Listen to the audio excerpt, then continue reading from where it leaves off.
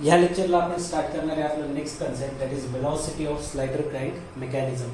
Last लेक्चरमध्ये आपण बघितलं होतं की वेलॉसिटी फाइंड आउट कशी करायची bye using the velocity diagram. एखाद्या पॉईंटची आहे ना, जे पॉईंट एकाच लिंकवर आहे, आपण असं काहीतरी पाहिलं होतं की जर एक पॉईंट एकाच लिंकवर आहे आणि या पॉईंटच्या रिस्पेक्टिव्ह जर ही लिंक रोटेट होते किंवा मूव्ह होते तर त्या केसमध्ये तुम्ही त्या पर्टिक्युलर पॉईंटची वेलॉसिटी कशी काढणार ते आपण पाहिलं होतं by using the relative velocity method. नाव आपण आता दोनच प्रकारचे तुम्हाला वेलॉसिटीमध्ये प्रॉब्लेम येतात. एक सिंपल लिंक्सचे येतात, अदरवाईज एक स्लाइडर क्रँक मेकॅनिझमचं एक एक्झाम्पल राहतं. सो स्लाइडर क्रँक मेकॅनिझमचं एक्झाम्पल कसं सॉल्व्ह करायचं आहे, त्याची प्रोसिजर, त्याची वेलॉसिटी कशी फाइंड आउट केली जाते ते आपण या ठिकाणी बघणार आहे. सगळ्यात पहिले हे एक स्लाइडर क्रँक मेकॅनिझम बघा. स्लाइडर क्रँक मेकॅनिझम तुम्ही बघितलं पण असेल पहिले, जर तुम्ही पिस्टन सिलेंडर शिकले असाल तेच आहे. तर बेसिकली काय आहे, एक ओ पॉईंट आहे फिक्स, इथं एक क्रँक लावलेला आहे ना, हे विसरून जा थोडंसं एक मिनिटासाठी. असा एक क्रँक लावलेला आहे आणि हा क्रँक काय होतोय, रोटेट होतोय. सो असा हा जर क्रँक लावलेला आहे तर हा पॉईंट ओ पॉईंटच्या रिस्पेक्टिव्ह या पद्धतीने कंटिन्युअसली रोटेट होणार आहे. ठीक आहे. तर मग आता ओ पॉईंट पासून बी पॉईंट पर्यंत क्रँक आहे आणि क्रँकला शेवटी एंडवर एक कनेक्टिंग रॉड लावण्यात आलेला आहे. ठीक आहे. आणि तो कनेक्टिंग रॉड ए पॉईंटवर एका पिस्टनला अटॅच केलेला आहे. O to B crank, B to A connecting rod आणि ए पॉईंटवर काय तुमचा एक पिस्टन आहे, जो काय होतो फक्त या लाईन ऑफ स्ट्रोकच्या अलॉंग रेसिप्रोकेट होतो, वर खाली होऊ शकतो पिस्टन. ठीक आहे. पाहिजे तर मी ह्या कन्सेप्टच्या शेवटी एक ॲनिमेशन टाकून देईल जेणेकरून तुम्हाला हे एक्झॅक्टली वर्क कसं करतं ते पण समजून जाईल. बघा आता इथं मी सुरुवातीला स्टार्टिंग बघतो आता कसं टाकता येईल.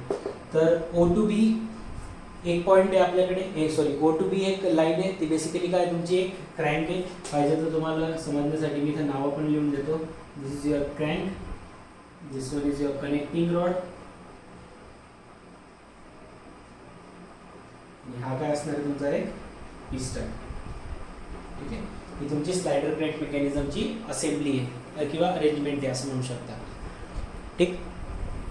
मग आता ओ टू बी जो क्रँक आहे, क्रँकचं काम काय राहतं, एका फिक्स पॉईंटच्या अबाउट रोटेट होणे. मग असा एक क्रँक आहे, बेसिकली हा एक रॉड राहतो जो एका फिक्स पॉईंटच्या अबाउट काय होतो, फक्त रोटेट होऊ शकतो.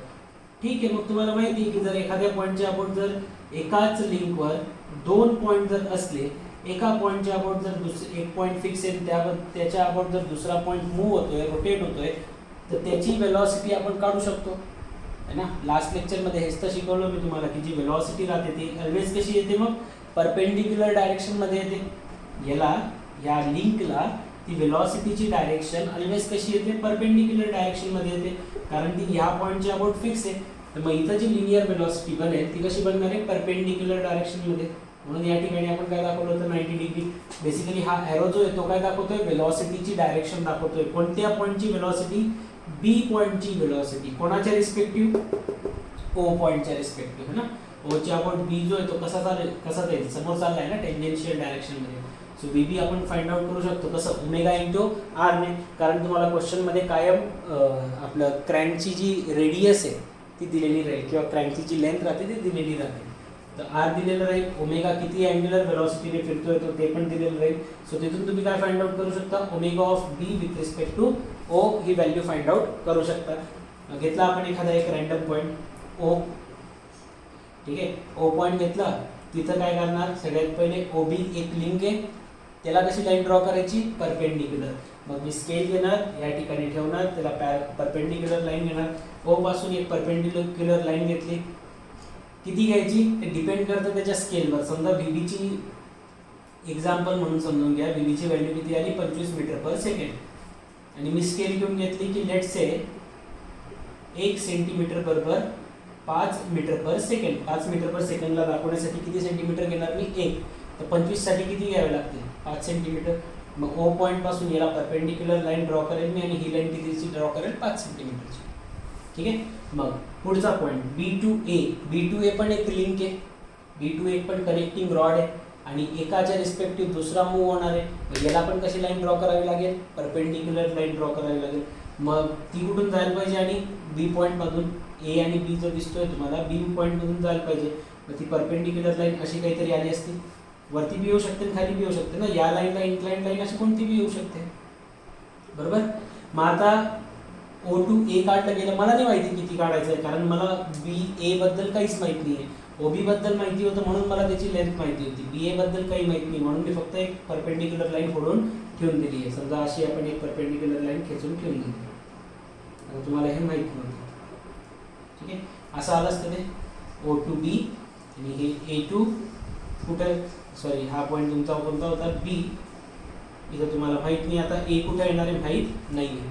मग आता काय करणार हे लक्षात ठेवा की स्लाइडर क्रॅन्क मेकॅनिझम मध्ये काय राहतं की हा जो पिस्टन राहतो, आता हा पिस्टनचं मोशन कुठे होऊ शकतं, जसं हा कनेक्टिंग रॉड होता याच्यावर टेंजेन्शियल डायरेक्शन मध्ये मोशन होऊ शकत होतं, याचं इकडे टेंजेन्शियल डायरेक्शन मध्ये मोशन होऊन राहिलं होतं, याचं कुठं होऊ शकतं, हा काय पिस्टन आहे, पिस्टन एक स्लाइडर आहे, तो फक्त स्लाइड होऊ शकतो, पिस्टन एक स्लाइडर आहे आणि तो फक्त स्लाइड होऊ शकतो म्हणून, आणि तो स्लाइड कोणत्या पॉईंटच्या रिस्पेक्टिव्ह होतो, टुवर्ड्स द पॉईंट O, म्हणून या ठिकाणी आपण काय करतो की ही एक हॉरिझॉन्टल स्ट्रेट लाईन घेतो, कारण ही स्लाइडरची लाईन आहे ना, तर स्लाइड होताना दिसलं पाहिजे, स्लाइड स्ट्रेट लाईन मध्ये होतं, म्हणून या ठिकाणी आपण नाव देतो असतो A, आणि म्हणून आपल्याला समजून गेलं की ही वरची लाईन आपल्या काही कामाची नाही म्हणून ती आपण रफ करून देतो OBA.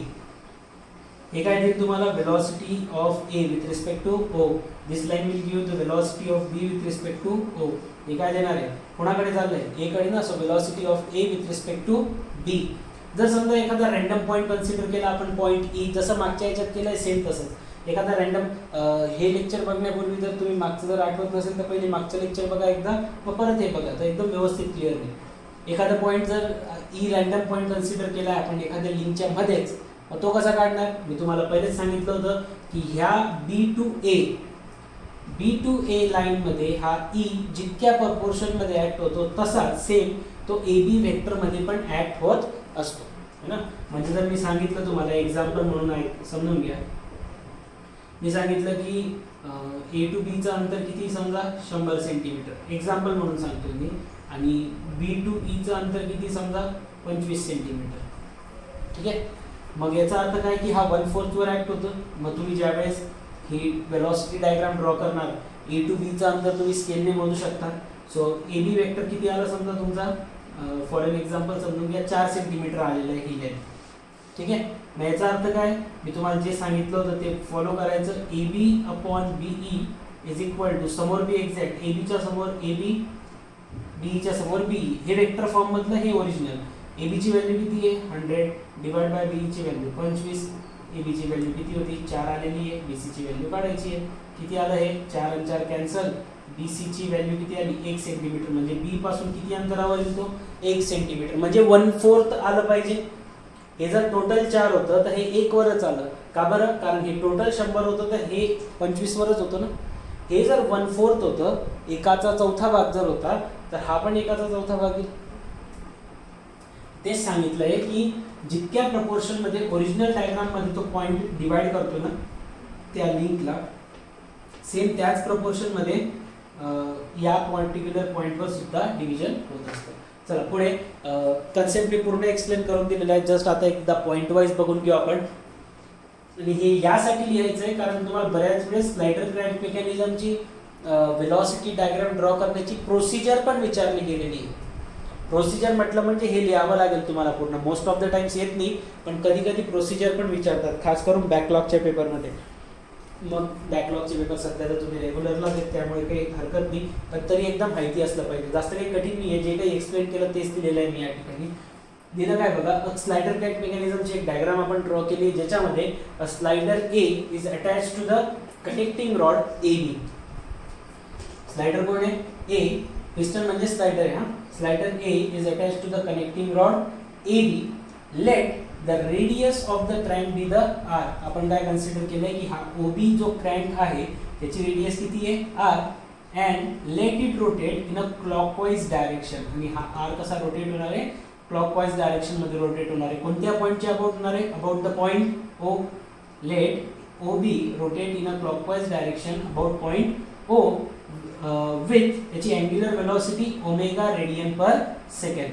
त्याची अँग्युलर वेलोसिटी किती घेऊन घेतली आपण, इथे लिहितो मी with the angular velocity of omega radian per second, and therefore the velocity of b, linear velocity जी राहील, इथे angular झाली ना, ही गोल फिरवणारी velocity, सरळ चालवणारी velocity ला linear म्हणतो आपण. तर ही जी linear velocity आहे vb, that vb is therefore the velocity b, velocity of b is the vb, आणि ह्या b पॉइंट ची velocity जी राहील ती कोणती राहील vb, which is known in the magnitude and direction, जी आपल्याला ज्याची मॅग्निट्यूड डायरेक्शन दोन्ही आपल्याला माहित राहतील. आता बरेच स्टुडंट एक चूक करतात की ओबी असं काढलं ना, आणि हे जर मी इकडे दाखवलंय तर ही डायग्राम जी आहे ओ पॉइंट पासून ती अशी वर गेली पाहिजे ना, बरेच स्टुडंट इथून खाली पण दाखवायला लागतात. नाही, हे चुकीचं आहे. आता ते कशावरून ओळखायचं की कुठं जाणार आहे, हे बघितलं ना तुम्ही, ओबी, हा ओबी कुठं जाईल, समोर वरती. टेक्स्टबुक मध्ये काय करतात किंवा एक्झाम मध्ये काय करतात, ते लोक तुम्हाला असं देऊन देतात, हे असं. मग तुम्हाला काय वाटतं की आता इथं म्हटल्यावरती खाली आली पाहिजे, नाही, हा कुठं चाललाय, इथून फिरताना कसा फिरेल ते बघायचं. इथून सुरुवात झाली तर फिरताना कसा फिरेल, वरती जाईल ना या ठिकाणी, या पद्धतीने. तर म्हणून ओ पासून तो बी साठीचा पॉइंट कुठे गेलाय, वरती गेलेला आहे. हे याच्या डायरेक्शन वर मी जायचं, ते कुठं फिरू शकतं ते बघायचं, त्यानुसार करायचं. सो ओमेगा आणि आर जर आपल्याला माहिती आहे, सो इथून आपल्याला व्हीबी ची मॅग्निट्यूड आणि डायरेक्शन माहिती राहील. आणि जो स्लाइडर आहे आपला, है ना, तो स्लाइडर रेसिप्रोकेट होतोय along the line of stroke. याच्या इथं खाली जागा नव्हती म्हणून या ठिकाणी लिहिलंय बघा की VB is known in the magnitude and direction and the slider reciprocate, हा जो स्लाइडर आहे that reciprocate along the line of stroke A O, एओच्या अलॉंग तो स्लाइडर कंटिन्युअसली रेसिप्रोकेट होत राहणार आहे. कठीण काहीच नाही, बघा व्यवस्थित बघा एकदा. एक स्लाइडर क्रॅक मेकॅनिझम आहे, त्याच्यामध्ये एक कनेक्टिंग रॉड आहे एबी, ज्याला आपण कनेक्ट केलेलं आहे. ठीक आहे, एका क्रँक सोबत, ज्या क्रँकची रेडियस आहे आर, आणि तो क्रँक रोटेट होतोय क्लॉकवाईज डायरेक्शन मध्ये about the point O with the angular velocity omega. आणि ओमेगा आणि आर माहिती असल्यामुळे बी पॉइंटचा आपल्याला magnitude and velocity, magnitude and direction माहिती आहे, वेलोसिटीची, व्हीबीची मॅग्निट्यूड डायरेक्शन दोन्ही माहिती आहे. आणि त्यामुळे ए ओ जो आहे, हा जो स्लाइडर आहे, that slider reciprocate along the line of stroke. त्यामुळे तो पिस्टन जो आहे, स्लाइडर जो आहे, तो त्या लाईनच्या अबाउट कंटिन्युअसली रेसिप्रोकेट होत राहतो. नेक्स्ट पॉईंट बघूया. एक्सप्लेन मी तुम्हाला पूर्ण करून दिलेलं आहे की प्रोसिजर कशी आहे, त्याला फक्त आता आपण पॉईंट वाईज लिहून घेऊया. बघा नेक्स्ट पॉईंट, कन्सिडरेशन नंतर वेलॉसिटी डायग्राम कशी ड्रॉ करायची आहे त्याची प्रोसिजर लिहिलेली आहे आपण या ठिकाणी. So the velocity of the slider A is determined by the relative velocity method as shown below. तर तुम्हाला A जो स्लाइडर आहे तुमचा, जो रेसिप्रोकेट होणार आहे या ठिकाणी ए ओच्या दरम्यान, त्याची जर वेलॉसिटी काढायची असेल, म्हणजे VA ची व्हॅल्यू जर काढायची आपल्याला, तर ती रिलेटिव्ह वेलॉसिटी मेथडने किंवा वेलॉसिटी डायग्रामने कशी काढली जाते त्याची प्रोसिजर आपण लिहितोय. वेलॉसिटी डायग्राम कशी ड्रॉ करायची आहे, सगळ्यात पहिले जसं मी तुम्हाला एक्सप्लेन केलं होतं की सगळ्यात पहिले सुरुवात करून करणार फ्रॉम पॉईंट ओ, जो फिक्स पॉईंट आहे.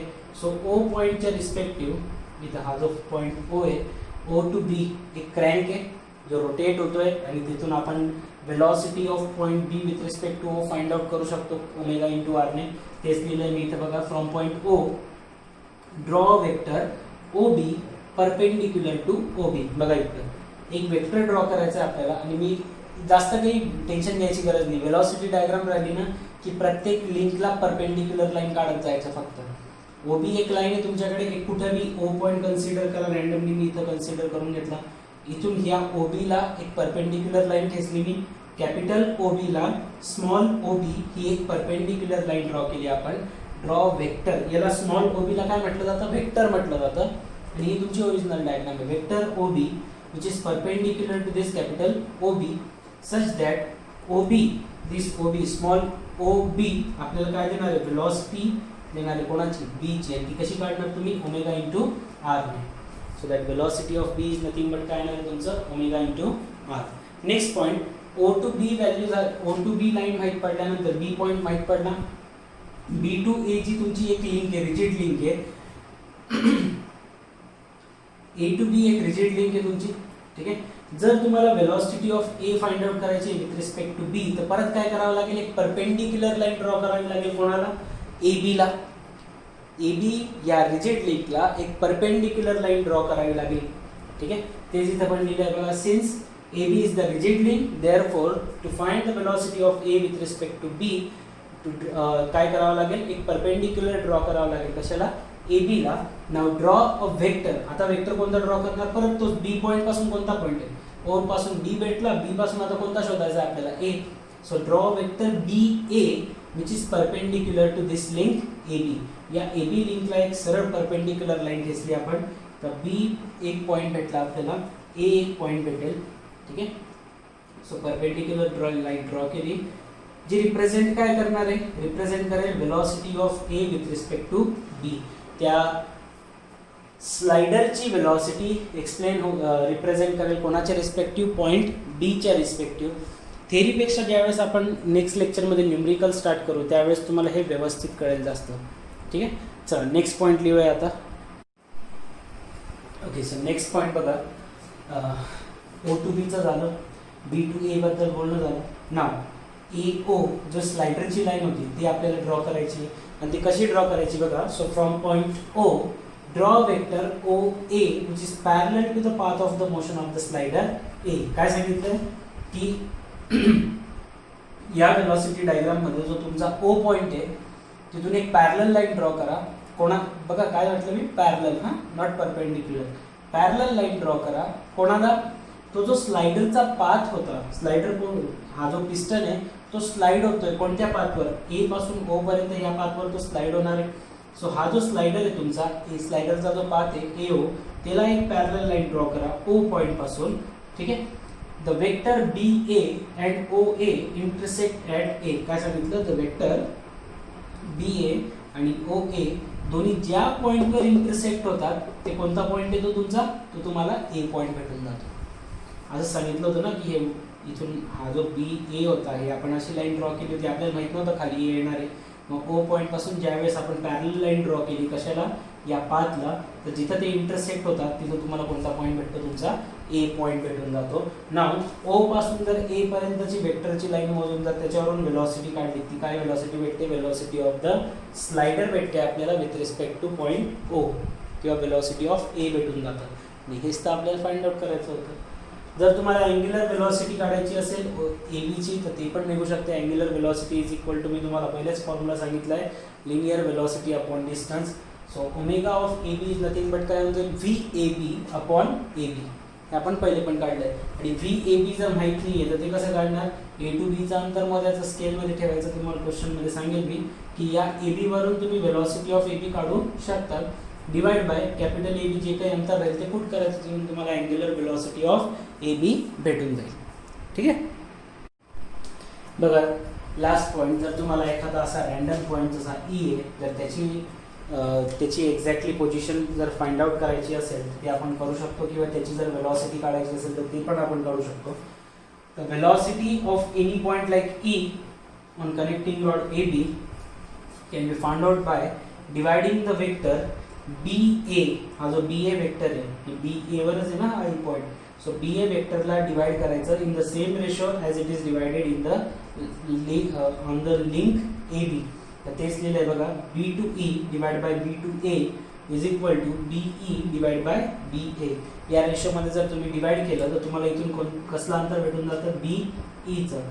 हे एकदा अंतर भेटून गेलं तुम्ही velocity of E with respect two point B काढू शकता. आणि जर तुम्हाला ॲब्सोल्यूट वेलोसिटी, हे लक्षात ठेवा आता हा एक पॉईंट, की कोणत्याही पॉईंटसाठी जर तुम्हाला ॲब्सोल्यूट वेलोसिटी काढायची असेल, जसं विचारू शकता तुम्हाला absolute velocity of A, absolute velocity of B like that. तर जर कोणत्याही पॉईंटसाठी जर तुम्हाला ॲब्सोल्यूट वेलोसिटी काढायची असेल तर ॲब्सोल्यूट वेलोसिटी कायम कुठून फाइंड आउट केली जाते? पॉईंट O पासून किंवा ओरिजिन पासून. तर जर मी विचारलं ना की what is the absolute velocity of point E, तर तुम्हाला काय करावं लागेल? इथं एक लाईन ड्रॉ करावी लागेल या पद्धतीने, जी पॉईंट O पर्यंत जॉईन होईल. या लाईनची लेंथ मोजा, त्याला स्केलमध्ये ठेवा, आणि इथून तुम्हाला काय भेटेल? Velocity of the point E. सीनी बरं तो E, velocity of point E, absolute velocity भेटेल. ठीक आहे. आणि जर दुसऱ्या पॉईंटच्या रिस्पेक्टिव्ह असेल, जसं विचारलंय velocity of E with respect to A, तर तुम्ही असं काढू शकता. हे अंतर मोजायचं, A with respect to E हे काढू शकता, B with respect to E हे काढू शकता. ॲब्सोल्यूट वेलोसिटी ऑफ E, तर absolute velocity of A, E, B कोणतं बी सांगितलं तर कुठून मोजली गेली पाहिजे वेलोसिटी? O पॉईंट पासून, ओरिजिन पासून. क्वेश्चनमध्ये सांगेलच मी तुम्हाला तसं, पण हे लक्षात ठेवा. ठीक आहे. Now we'll see the next concept of rubbing velocity. So next concept rubbing velocity at a point. आता रबिंग वेलॉसिटी एक्झॅक्टली राहतं काय, तर रबिंग वेलॉसिटी हा एक कन्सेप्ट आहे जो फक्त पिनवर ॲक्ट होतो. बेसिकली झालेलं काय असतं की ह्या ज्या लिंक्स तुम्हाला कनेक्टेड दिसत आहेत, जसं हा क्रँक आहे, इथं कनेक्टिंग रॉड आहे, इथं फिक्स पॉईंट आहे, हा पिस्टन आहे, तर हे जे पॉईंट्स राहतात ना जॉईंटचे यांचे, या पॉईंटवर पिन अटॅच केलेले राहतात. पिनने हे जॉईंट्स केलेले राहतात है ना. बऱ्याच वेगवेगळ्या प्रकारच्या पिन येतात. ग्रुप जॉईंट पिन राहतं, त्यानंतर रबिंग पिन राहतं, असे बरेच वेगवेगळ्या पिन राहतात. तर मग त्या पिनच्या जॉईंटने हे बेसिकली दोन लिंक्स ज्या राहतात त्या कनेक्ट केलेल्या राहतात आणि त्या पिनवर मग रबिंग वेलॉसिटी ॲक्ट होते. मग रबिंग वेलॉसिटी एक्झॅक्टली राहतं काय, डेफिनेशन काय बघून घेऊ. Rubbing velocity is defined as the algebraic sum between the angular velocity of the two link which are connected by the pin joint multiplied by the radius. काय सांगितलं की ज्या काही दोन लिंक तुम्ही एखाद्या पिन जॉईंटने जर जॉईंट केलेल्या असतील त्या दोन्ही लिंकची अँग्युलर वेलॉसिटीची सम करा, ॲडिशन करा. त्या दोन्ही लिंकच्या अँग्युलर वेलॉसिटीची काय करा, ॲडिशन करा आणि मल्टिप्लाय करा त्याला कशाने, त्या पिनच्या रेडियसने. That's it, simple. दोन अँग्युलर वेलॉसिटीची addition multiply by the radius is nothing but your rubbing velocity. तर मग आपण कन्सिडर केलं एक एक्झाम्पल बघा, डायग्राम ड्रॉ केली. आपण ह्या दोन लिंक कन्सिडर केल्या. एकाची अँग्युलर वेलॉसिटी समजा ω2 आहे, एक अँटी क्लॉकवाईज फिरतोय, एक क्लॉकवाईज फिरतोय. ω1 एकाची अँग्युलर वेलॉसिटी आहे, ω2 एकाची अँग्युलर वेलॉसिटी आहे. मग आता या दोघांची डायरेक्शन काय, अपोजिट. मग यांच्या डायरेक्शननुसार फरक पडतो. म्हणून इथं लिहून दिलं आहे की rubbing velocity of a pin joint at point O, या O पॉईंटवर जी रबिंग वेलॉसिटी येणार आहे ती किती राहील, दॅट ω1 + ω2 × r. जर दोन्ही लिंक या सेम डायरेक्शनमध्ये मूव्ह होत असतील तर, जर दोन्ही लिंक सेम डायरेक्शनमध्ये मूव्ह होत असतील तर रबिंग वेलॉसिटीची काय होणार आहे, ॲडिशन होणार आहे. आणि जर दोन्ही लिंक अपोजिट डायरेक्शनमध्ये मूव्ह होत असतील तर दोघी अँग्युलर वेलॉसिटीचं काय होणार आहे, सबट्रॅक्शन होणार आहे. म्हणजे ω1 - ω2 × r. ठीक आहे. प्लस केलं कधी, ज्यावेळेस डायरेक्शन काय असणार आहे, सेम. अपोजिट करा ज्यावेळेस डायरेक्शन अपोजिट राहिलं की इथं काय करणार तुम्ही, मायनस करणार. या डायग्राममध्ये दोन्ही अपोजिट दिसतात, याचा अर्थ ω1 - ω2 × r या पद्धतीने आलं असतं. ठीक आहे. सो इथं तुमचे हे सगळे कन्सेप्ट संपले. नेक्स्ट लेक्चरमध्ये आपण स्टार्ट करणार आहे आपलं questions for the velocity diagram. ठीक आहे. तर जसं मी तुम्हाला पहिलेच सांगून ठेवलं आहे की तुम्ही बेसिक आपले इन्स्ट्रुमेंट जे ड्रॉईंगसाठीचे जे तुम्हाला लागतील तर ते घेऊन आलेले असतील तर फार बेटर आहे, कारण नेक्स्ट लेक्चरला आपण न्यूमेरिकल स्टार्ट करणार आहोत. ठीक आहे. So will stop here, see you in the next lecture.